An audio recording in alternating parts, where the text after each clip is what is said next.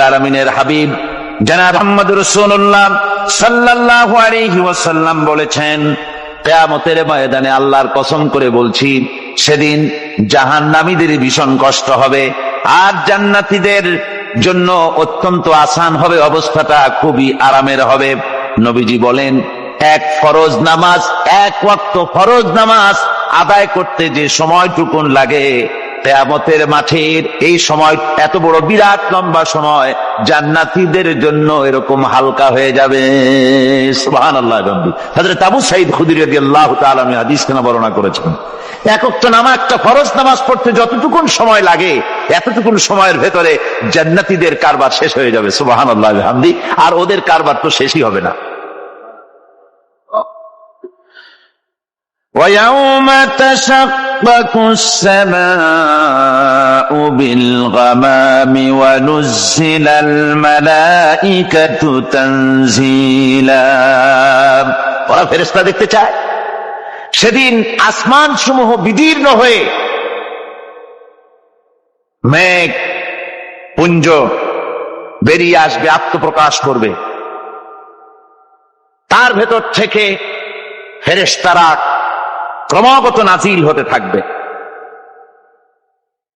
আর অবস্থাটাই হবে, আল মুলকু ইয়াউমাইযিনিল হাক্কু লিররহমান ওয়া কানা ইয়াওমান আলাল কাফিরিনা আসীরা।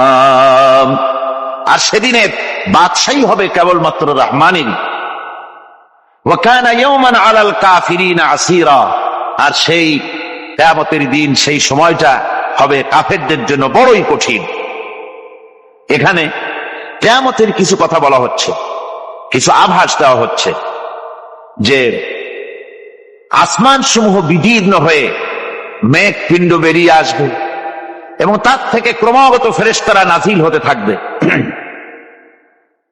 আল্লাহর হাবিব বলেছেন, কেউ যদি কিয়ামতের দৃশ্য দেখতে চায় সেজন্য সূরা ইজা শামসু কুবিরাত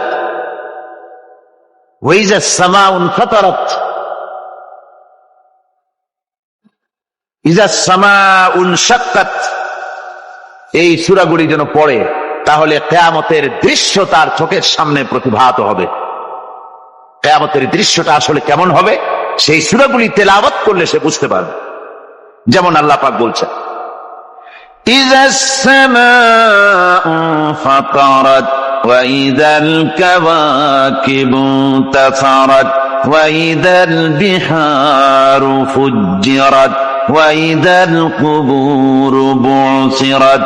যখন আকাশসমূহ চূর্ণ বিচূর্ণ হয়ে যাবে আর তারকাসমূহ বিক্ষিপ্ত হয়ে পড়বে, সমুদ্র মহাসমুদ্রগুলি দীর্ণ বিদীর্ণ হয়ে যাবে, কবরগুলি সব উদ্গীরণ করে দেবে, তার মধ্যে যা আছে সে সবগুলি। আবার আল্লাহ পাক বলেন, ইযাশ শামসু কুবিরাত ওয়া ইযান নুজুমুন কাদারাত ওয়া ইযাল জিবালু সুয়্যিরাত। সূর্য যখন ঢেকে যাবে, তারকাগুলি যখন বিপর্যস্ত হয়ে যাবে আর পাহাড়গুলি যখন চালিয়ে দেওয়া হবে, এই দৃশ্য তোমরা দেখতে পাবে। فَإِذَا النُّجُومُ طُمِسَتْ وَإِذَا السَّمَاءُ فُرِجَتْ وَإِذَا الْجِبَالُ نُسِفَتْ। সেদিন অবস্থা এমন হবে, সমস্ত তারকাগুলি স্তিমিত হয়ে যাবে আর আকাশসমূহ দীর্ণ বিদীর্ণ হয়ে যাবে। আর দেখতে পাবে পাহাড়গুলি, সমস্ত পাহাড়গুলিকে উড়িয়ে দেওয়া হবে। আবার অবস্থা আরো কি হবে, فَإِذَا بَرِقَ الْبَصَرُ وَخَسَفَ الْقَمَرُ وَجُمِعَ الشَّمْسُ وَالْقَمَرُ। যখন চক্ষু বিস্ফারিত হয়ে যাবে মানুষের, চাঁদ আর সূর্য নিষ্প্রভ হয়ে যাবে, সব একাকার হয়ে যাবে, চন্দ্র এবং সূর্য তার অস্তিত্বকে হারিয়ে ফেলবে। শুধু তাই নয়, وَحُمِلَتِ الْأَرْضُ وَالْجِبَالُ فَدُكَّتَا دَكَّةً وَاحِدَةً। জমিন ও পাহাড়গুলির মধ্যে সংঘর্ষ লাগিয়ে দেওয়া হবে আর তা এক ধাক্কায় জমিন এবং সমস্ত পাহাড়গুলি চূর্ণ বিচূর্ণ হয়ে যাবে। সুবহানাল্লাহি ওয়া বিহামদিহি। আল্লাহ রাব্বুল আলামিন বলছেন, এইভাবে করে কিয়ামতের দৃশ্য, বিভীষিকাময় দৃশ্য তোমরা দেখতে পাবে। আর সেদিনের রাজত্বটা কার হবে? আল মুলকু ইয়াউমাইযিনিল হাক্কু লির-রাহমান। সেদিনের রাজত্ব হবে কেবলমাত্র রহমানের। অর্থাৎ যেসব কৃত্রিম বাদশাহী দেখে তোমাদের চোখে ধাঁধা লেগে গিয়েছে, তোমাদেরকে দুনিয়ার বাদশাহী দেখে তোমরা ধোঁকায় পড়ে গিয়েছো, এসব বাদশাহী কিছুই টিকবে না সেদিন। সেদিন শুধু বাদশাহী থাকবে একমাত্র আল্লাহ পাকের। কার থাকবে বাদশাহী? যারা বলেন কার? আল্লাহ রাব্বুল আলামিন যখন কিছুই থাকবে না ঘোষণা করবেন লিমানিল মুলকুল ইয়াউম লিল্লাহিল ওয়াহিদুল কাহ্হার। আজকে কার রাজত্ব? চারিদিক থেকে আওয়াজ আসতে থাকবে, পরাক্রমশালী আল্লাহ রাব্বুল আলামিন রাজত্ব আর কারো নয়। হাদিস শরীফে এসেছে, বুখারী মুসলিম শরীফের হাদিসে এসেছে, আল্লাহর নবী বলেন আল্লাহ রাব্বুল আলামিন তখন তার এক হাতে আকাশ মণ্ডলীকে ধারণ করবেন, আর এক হাতে জমিনকে ধারণ করবেন। আকাশ মণ্ডলী এক হাতে, জমিন এক হাতে। এভাবে আল্লাহ রাব্বুল আলামিন বলবেন আইনাল জাব্বারুন আইনাল মুতাকাব্বিরুন। কোথায় সেই স্বৈরাচারীরা? কোথায় সেই দুর্বিনীত অহংকারী স্বৈরাচার যারা আমার জমিনের উপরে, আমার মানুষের উপরে রাজত্ব চালিয়েছে? তারা আজকে কোথায়? কোথায় সেই অহংকারীরা? আল্লাহ পাক সেদিন যে বলবেন, সেদিন তো বলবেন, কিন্তু দুনিয়ার মাঝেও স্বৈরাচার যারা, অহংকারী যারা, তাদের শাস্তি পৃথিবীর বুকেও দেন, আর সেদিন তো দিবিনি। কত স্বৈরাচার আমরা দেখলাম, কত অহংকারী দেখলাম, যাদের তর্জনী হেননে লক্ষ কোটি কোটি মানুষ উঠত আর বসত। তাদের জিল্লাতির সঙ্গে আল্লাহ রাব্বুল আলামিন কতজনকে বিদায় করে দিলেন। ফুলের মালা নিয়ে কুলাতে পারে নাই, পা থেকে শুরু করে গলা পর্যন্ত ফুলের মালা দিয়া ডুবাই দিল ভক্তরা। আবার আল্লাহ রাব্বুল আলামিন এমন শাস্তি দিলেন, ফুলের মালার পরিবর্তে জুতার মালা নিয়ে জেলের মধ্যে ঢুকাইয়া দিলেন। ঠিক কিনা গণ? অহংকারী আর স্বৈরাচার যারা হয়, আল্লাহ পাক এভাবে তাদের দৃষ্টান্ত দেখিয়ে দেন। আমরা কত দেখলাম, 9 বছরের রাজা 10 বছরের সাজা। পৃথিবীর মুখে যারা অহংকার করে, যারা স্বৈরাচার হয়, আল্লাহর আইনকে যারা বৃদ্ধঙ্গুষ্টি প্রদর্শন করে, আল্লাহ পাক তাদের জমিনেও দেখান। এখানে চূড়ান্ত ফয়সালা আল্লাহ করেন না, আসল ফয়সালার জায়গা তো আছেই, তবে এখানে নমুনা দেখায় দেন। কিন্তু মুশকিল হচ্ছে, ইতিহাসের সবচাইতে বড় শিক্ষা হলো ইতিহাস থেকে মানুষেরা শিক্ষা গ্রহণ করে না। একজনে যে কাম করে বিপদে পড়ে, আর একজন এসে আবার সেই পথেই অগ্রসর হয়, নিশ্চিত মৃত্যুর পথে। আমার বন্ধুগণ, আল্লাহ পাক বলছেন সেই দিন আমার রাজত্ব হবে, আর কারো রাজত্ব হবে না। ওয়াকানা ইয়াওমান আলাল কাফিরিনা আসীরা। আর ওই দিনটা, ওই কিয়ামতের দিন হবে কাফেরদের জন্য সবচাইতে কঠিন। সবচাইতে কঠিন হবে কাদের জন্য? কাফেরদের জন্য। কাফের কারা?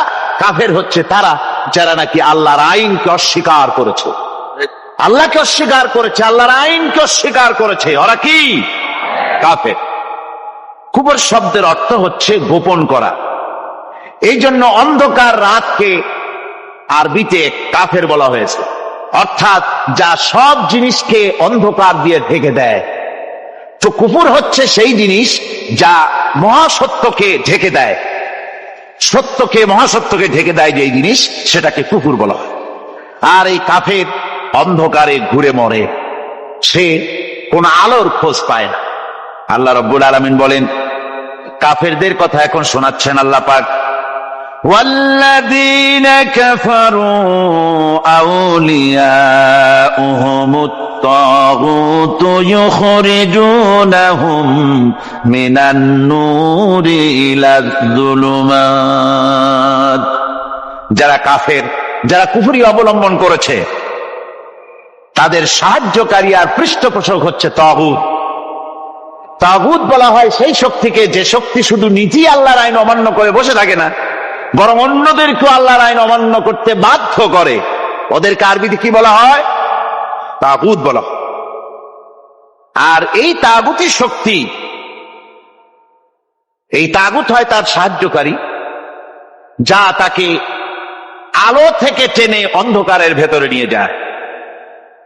আর কাফের হচ্ছে আল্লাহ পাকের ভাষায় অর্থাৎ কোরআনের ভাষায় কাফের হচ্ছে সবচাইতে নিকৃষ্ট প্রাণী, সবচাইতে নিকৃষ্ট জীব, মহাসত্যকে যারা অস্বীকার করেছে, যারা আল্লাহকে মানে না, যারা আল্লাহর কোরআনকে মানে না, যারা ইসলামকে স্বীকার করে না, তারা সবচাইতে নিকৃষ্ট প্রাণী।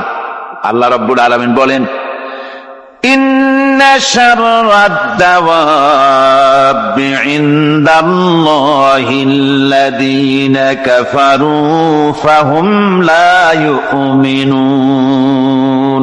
নিশ্চয়ই আল্লাহর জমিনে সব বিচরণশীল জীব যত আছে, আল্লাহ বলছেন আমার জমিনে বিচরণশীল জীব যত আছে তার মধ্যে সবচাইতে নিকৃষ্ট প্রাণী হলো যারা ঈমান আনে নাই, যারা বিশ্বাস করে না আমি আল্লাহকে, যারা পরকালকে বিশ্বাস করে নাই, যারা কোরআনকে বিশ্বাস করে নাই, যারা ইসলামকে বিশ্বাস করে নাই, পৃথিবীর মধ্যে তারা সবচাইতে নিকৃষ্টতম প্রাণী। আল্লাহ বলেন শুধু নিকৃষ্ট জনক নিকৃষ্ট প্রাণী বললেই সারে না, এরা হলো চতুষ্পদ জানোয়ারের মতো। কে বলতেছেন? আমি বলছি না, কিন্তু আল্লাহ পাক বলতেছেন চতুষ্পদ জানোয়ারের মতো কাফেরেরা। وَمَثَلُ الَّذِينَ كَفَرُوا كَمَثَلِ الَّذِي يَنْعِقُ بِمَا لَا يَسْمَعُ إِلَّا دُعَاءً وَنِدَاءً। এই কাফেরদের দৃষ্টান্ত হচ্ছে সেই রাখালের মতো, যে রাখাল তার পশুদেরকে ডাকে আর ওই পশুরা একটা ডাক শোনে মাত্র, কিন্তু কি যে বলে তা তো পশুতে বোঝেন। ভালো বুঝতে পেরেছে? সুম্মুন বুকুমুন উমিয়ুন ফাহুম লা ইয়াকিলুন। এরা বোবা, এরা বধির, এরা অন্ধ, এ কারণেই কোনো কথা বোঝে না। এরা চতুষ্পদ জানোয়ারের চাইতেও নিকৃষ্ট। যাদেরকে আমি আল্লাহ বলেন, যাদেরকে আমি চোখ দিলাম, চোখ থাকতে হক দেখলো না, সব দেখলো। হক দেখে নাই চোখ দিয়া, এই চোখ দিয়া সব দেখলো। নারীর সৌন্দর্য উপভোগ করলো আর নারীর অঙ্গ প্রত্যঙ্গ নিয়ে নানা ধরনের গল্প লিখলো, কবিতা লিখলো, কিন্তু এই সৌন্দর্য যিনি দিলেন তারেও চিনল না। আছে না কত কবি আমাদের দেশে? আমার দেশের সেই কবি জাতীয় পুরস্কার পায় যে কবি নারীর বিশেষ বিশেষ অঙ্গ নিয়ে বেশি করে নির্লজ্জ কবিতা লিখতে পারে, ওই হলো সবচেয়ে বড় কবি। আমার বন্ধুগণ, একজন বুজুর্গ ব্যক্তি তিনি পথ দিয়ে যাচ্ছিলেন, তো সে পথে এক সুন্দরী যুবতী মেয়েকে দেখে সেই যুবতী মেয়ের দিকে এই বুজুর্গ ব্যক্তি এক নজরে তাকায় আছে। তখন এই ঘটনাটাকে কবি এভাবে লিখতেছেন সাজায়, একদা সুখদায়ক প্রমোদা বদন দর্শন করিবম ঝরিল নয়ন, হেসে কহে সে রূপসী সবিস্ময় মন, কহ দেখি মহাশয় কহ কি কারণ, বিষয় বিরাগী তুমি ভুবনে প্রচার, কি হেতু জন্মিল তব মানস বিকার, সামান্য ললনা রূপ করি দর্শন, উচিত না হয় তব অশ্রু বরিশন। বুজুর্গ ব্যক্তি ওই মহিলার দিকে তাকিয়ে তাকিয়ে কাঁদতেছেন। সুন্দরী মহিলা বলেন, আল্লাহর বুজুর্গ বান্দা, আপনি এলাকার ভিতরে বুজুর্গ এবং পীর হিসাবে, বুজুর্গ ব্যক্তি হিসাবে আপনি বিখ্যাত। আজকে আমাকে এখানে দেখে আপনি আমার দিকে তাকায় আমার রূপ উপভোগ করতেছেন আর কাঁদতেছেন। আপনার মতো সংসার বিরাগী মানুষ আমার মতো একটা সুন্দরী মেয়েকে দেখে ভাবে কাঁদা ঠিক না। বুজুর্গ ব্যক্তি বলছেন, হেসে কহিলাম বালে করহ শ্রবণ, নেত্র ঝরে তবু হেতু ভেব না এমন, যে শিল্পী রচিল ওই সুধাংশু বদন, তাহার তরে ঝরে নেত্র নয়নে জীবন। আল্লাহর বান্দি, আমি তোমাকে দেখি কান্দি না, আমার চোখে পানি বেরিয়ে গেছে। তোমারে দেখে আমি মনে মনে ভাবলাম, এত সুন্দর করে যিনি মানুষ বানিয়েছেন, না জানি ওই আল্লাহ রব্বুল আলামিন কত বড় সুন্দর। আমার ভাইরা, সুতরাং চোখ থাকতে ওরা আল্লাহ রাব্বুল আলামিনের কুদরত ওরা দেখে নাই, কান থাকতে কোরআনের আওয়াজ ওদের কানের মধ্যে ঢোকে নাই, বিবেক থাকতে আল্লাহর দ্বীনকে বুঝতে পারে নাই, চিন্তা করতে পারে নাই। আল্লাহ রাব্বুল আলামিন বলেন, উলাইকা কাল্লানাম, এরা হলো চতুষ্পদ জানোয়ার, বালহুম আদাল, শুধু জানোয়ার না, জানোয়ারের চাইতেও নিকৃষ্ট। এমনই জানোয়ার, আল্লাহ বলেন শুধু জানোয়ার না, জানোয়ারের মতো শুধু খায়, জনমের মতো। والذين كفروا يتمتعون ويأكلون كما تأكل الأنعام। এই কাফেরগুলির কাম শুধু ফুর্তি করা, গান বাজনা, নাটক, গল্প, এই সব কাজ তাদের। নামাজ নাই, রোজা নাই, আল্লাহর চিন্তা নাই, তাহাজ্জুদ নাই, পরহেজগারি নাই, শুধু গান আর নাচ। দেখেন না ফুর্তি। এই যে 1 জানুয়ারি রাত 12টার সময় আমার ঘুম ভেঙে গেল, এই যেখানে আমি ছিলাম, বিকট আওয়াজ। আমি মনে করলাম পাশের বাড়ি বুঝি ডাকাত পড়ছে। পরে বাড়িওয়ালা আমাকে বললেন যে ডাকাত না, বোধহয় এই নিউ ইয়ার সেলিব্রেট হচ্ছে, নতুন বৎসর উদযাপন হচ্ছে, বোমা দিয়ে শহরবাসীর আরামের ঘুম হারাম করে এগুলি করা হচ্ছে। এ তো গেল 1 জানুয়ারি। আর যখন আমাদের নিজেরটা যখন আসে, অর্থাৎ 1 বৈশাখ, তখন দেখছেন অবস্থা 1 বৈশাখে। এবছর আমাদের দেশে 1 বৈশাখে ঢাকায় যে দৃশ্য আমি টিভির মধ্যে দেখলাম, তাতে আমার মনে হয়নি যে 12 কোটি মুসলমানের দেশে রাজধানীতে এই দৃশ্য হচ্ছে। আমার মনে হচ্ছিল এটা বুঝি কলকাতা অথবা অন্য কোন শহর হবে। আমি দেখলাম সমস্ত যুবক যুবতী, নারী পুরুষ, বিভিন্ন বয়সের লোক সব একসঙ্গে রাস্তায় নেমেছে, নাচতেছে। তার মধ্যে বুদ্ধিজীবী আছে, শিক্ষিত লোক আছে, সমানে নাচতেছে। আর তাদের মুখোশ পরা, বানরের মুখোশ, কুকুরের মুখোশ, শূকরের মুখোশ, ঘোড়ার মুখোশ, পাপী শিয়ালের মুখোশ, এই মুখোশ পরে এভাবে নাচতেছে। আমি চিন্তা করলাম, নববর্ষের সাথে কুত্তার মুখোশের সম্পর্ক কি? নববর্ষের সাথে পাপী শৃগালের মুখোশের সম্পর্ক কি? তাহলে ওরা কি বলতে চায় যে আগামী বছরটা আমরা কুত্তার ভূমিকায় অ্যাক্টিং করব, অথবা শৃগালের মতো ধূর্তামি করব জাতির সাথে? তারপরে কি করলো? সকাল বেলায় যুবক যুবতী 1 বৈশাখ সূর্য উদয়ের আগে রমনা লেকের পাড়ি গিয়ে সব দাঁড়িয়েছে বাসন্তী রঙের শাড়ি পরে।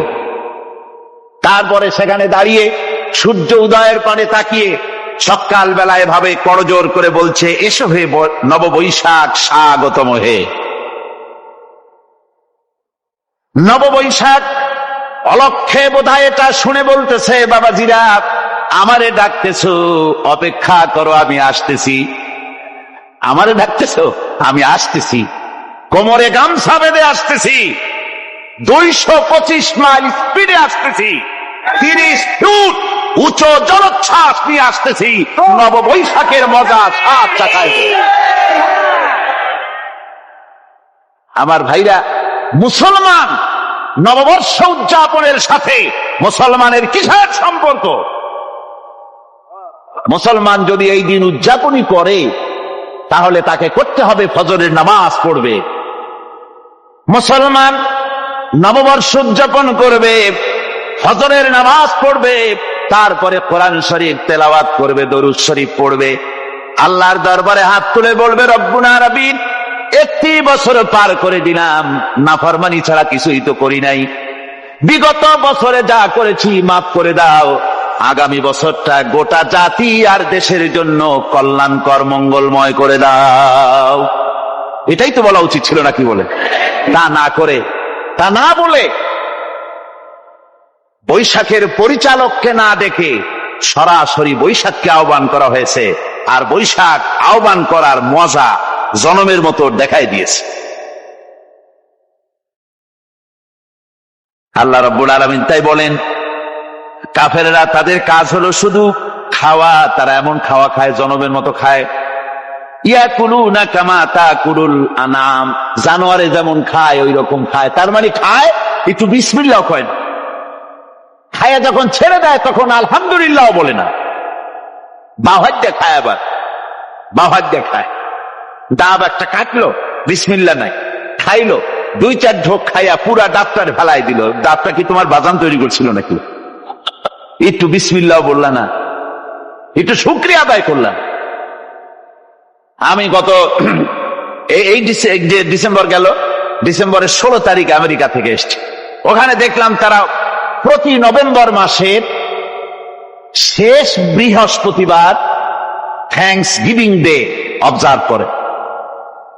তা আমি জিজ্ঞেস করলাম, থ্যাঙ্কস গিভিং ডে জিনিসটা কি? ওরা বলল, এটা হচ্ছে এই যে গড আমাদেরকে সারা বছর ভালো খাওয়াইছে, আমাদেরকে ভালোভাবে পড়াইছেন, সুন্দর রেখেছেন, এই জন্য আমরা গডকে থ্যাঙ্কস দেই নভেম্বরের এই শেষ দিনটিতে। সারা বছরে ভালো খাইছি, ভালো থাকছি, এই জন্য গভর্নমেন্টকে মানে গডকে থ্যাঙ্কস দিলাম। আমি আমার আলোচনায় সেখানে বললাম যে দেখেন, রাশিয়ার সাথে আমেরিকার পার্থক্য তো এখানে। ওরা গডকে অস্বীকারই করেছে, গডই মানে না। আর এরা গডের নামাজ রোজা বা ইবাদত কিছু করুক আর না করুক, গডের অন্তত একটা ধন্যবাদ দেয়। ওরা ওদের ডলারে লিখেছে, ইন গড উই ট্রাস্ট। প্রত্যেকটা ডলারে লেখা, আমরা গডে বিশ্বাস করি। তো শুকর আদায় করলে তো আল্লাহ বাড়িয়ে দিবেন।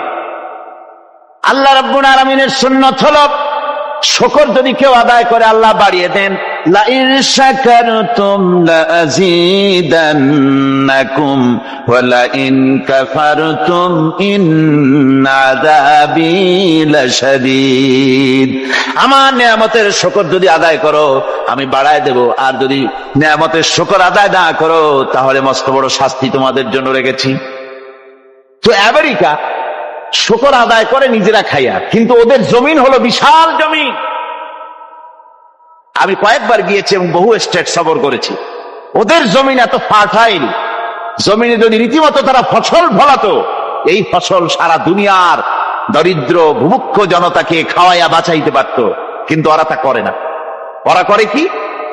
ওরা মুনাফার হার, বাজার দর ঠিক রাখার জন্য নির্দিষ্ট পরিমাণ জমিনে ফসল ফলায়, কিন্তু জমিন এতই উর্বর, ওদের মেজারমেন্ট করা, মাপ করা, হিসাব করা ফসল হয় না, ফসল হয় বেশি। তখন বাড়তি ফসলকে তারা প্রতি বছর লক্ষ লক্ষ টন আলু আর গমকে তারা সমুদ্রে নিক্ষেপ করে। তাদের আলু এবং গম সেই সময় তারা নিক্ষেপ করে সমুদ্রে, যখন ইথিওপিয়া, সুদানে মানুষ না খেয়ে মরছে। পৃথিবীর বিভিন্ন দেশে মানুষ ক্ষুধার যন্ত্রণায় যখন চিৎকার করছে, আর তাদের এই চিৎকারে আকাশ বাতাস ভারী হয়ে যাচ্ছে, তখন ওরা এই কামটি করছে। তাই আমি ওই প্রথম দিন বলেছিলাম যে রাশিয়া যেমন খান খান হয়েছে, অস্তিত্ব বিলুপ্ত হয়েছে আল্লাহর সাথে নাফরমানি করার কারণে। আপনারা বলতে পারেন কমিউনিজম কি একটা সহজ ব্যাপার? একটা বিরাট শক্তি। পৃথিবীর বুকে কত দেশ তারা ডমিনেট করতেছিল, কোন যুদ্ধ নাই, কোন রক্তপাত নাই, বিনা ধাক্কায়, বিনা বাতাসে, বিনা ঝড়ে বিশাল মহিরুহু চিৎপটাং। এটা হলো কেন? কেন হলো রাশিয়ার এই দশা? আমি লালদিঘির ময়দানে বলে গেছিলাম, আমি চিন্তা করে যেটা পাইছি সেটা হচ্ছে এই, দুনিয়ার সমস্ত মতবাদ আল্লাহকে কোনো না কোনো প্রকারে স্বীকার করে। তার কথা মানুক আর না মানুক, আছে একটা কিছু, এতটুকুন বলে যে আল্লাহ আছেন বা গড আছে বা একটা কিছু আছে। কমিউনিজম, সমাজতন্ত্র হলো পৃথিবীর একমাত্র নিকৃষ্ট মতবাদ, যে মতবাদ সরাসরি আল্লাহকে অস্বীকার করেছে, বলেছে আল্লাহ নাই, দেয়ার ইজ নো গড। তারা ধর্মকে আফিম বলেছে। আল্লাহ পাক তাই কোন যুদ্ধ ছাড়া, কোন মারামারি ছাড়া, কোন রক্তপাত ছাড়া এই বিশাল শক্তিকে উৎকারে উড়িয়ে দিলেন, তুলার মতো হয়ে। গোটা রাশিয়া তুলার মতো হয়ে, পেঁজা তুলা, ধোনা তুলার মতো হয়ে সব উড়ে চলে গিয়েছে, অস্তিত্ব বিলুপ্ত হয়ে গিয়েছে। কিন্তু আমাদের দেশের খুচরা কমিউনিস্টরা এখনো স্বপ্ন দেখে ওই যে কালকে বলেছি, তারা বলে কলমের খোসা এটা এখনো নষ্ট করা যাবে না, এটা এখনো চালু করা হবে, এখনো চীনে আছে, এখনো কিউবায় আছে। ওই কিউবা থেকে, চীন থেকে ফিদেল কাস্ট্রোর একটু আওয়াজ শোনে, চীন থেকে মিস্টার ব্যাং না কি জানি না, ব্যাং, এর আওয়াজ শোনে আর তাই মনে করে এ বুঝি সমাজতন্ত্রের বিজয়ের গান। না, চীন থেকে আর কিউবা থেকে যে আওয়াজ আজকে উঠতেছে, এই আওয়াজ সমাজতন্ত্রের বিজয়ের আওয়াজ নয়, এটা হলো সমাজতন্ত্রের মরণ যন্ত্রণার গোঙানির আওয়াজ।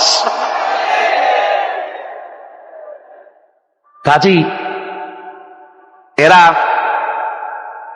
দুনিয়ার বুকে শুধু আনন্দ এবং ফুর্তি করে, আল্লাহর হককে, আল্লাহকে চিনতে তারা ব্যর্থ হয়েছে। আল্লাহ রাব্বুল আলামিন বলেন, অবিশ্বাসীদের কৃতকর্ম, তাদের কাজগুলি, তাদের কর্মফল সব নিষ্ফল হয়ে যাবে। ওয়াল্লাযীনা কাফারু আ'মালুহুম কাসারাবিন বিকিআতিন ইয়াহসাবুহুল যামআনু মা। আল্লাহ পাক বলেন, কাফের যারা, অবিশ্বাসী যারা, যারা আমাকে অস্বীকার করেছে, অবিশ্বাস করেছে, তাদের আমলগুলি হলো মরুভূমির মধ্যে মরীচিকার মতো। মরুভূমির মরীচিকা, মানুষ যখন মরুভূমির ভিতর দিয়ে যায়, পানির পিপাসা লাগে, দূরে দেখে পানি চিকচিক করতেছে, আর ওই মরীচিকা যেটাকে সে পানি মনে করেছিল, হাত্তা ইযা জাআহু লাম ইয়াজিদহু শাইআ, যেটাকে সে পানি মনে করে ছুটতেছিল, যখন কাছে গেল, আল্লাহ পাক বলেন কিছুই সেখানে পায় না, শুধু মরীচিকা, বালু আর বালু। এরকম করে যারা আমার দিনকে অস্বীকার করেছে, আমাকে অস্বীকার করেছে, তারা যত ভালো কাজ করুক আর যাই করুক না কেন, তাদের কৃত কর্মগুলি এভাবে সব নিষ্ফল। এ হলো এক কথা। 2 নম্বরের কথা হলো, ওরা মনে করেছিল সমাজতন্ত্র শান্তি দেবে, কমিউনিজম শান্তি দেবে, সোশ্যালিজম শান্তি দেবে, ক্যাপিটালিজম শান্তি দেবে।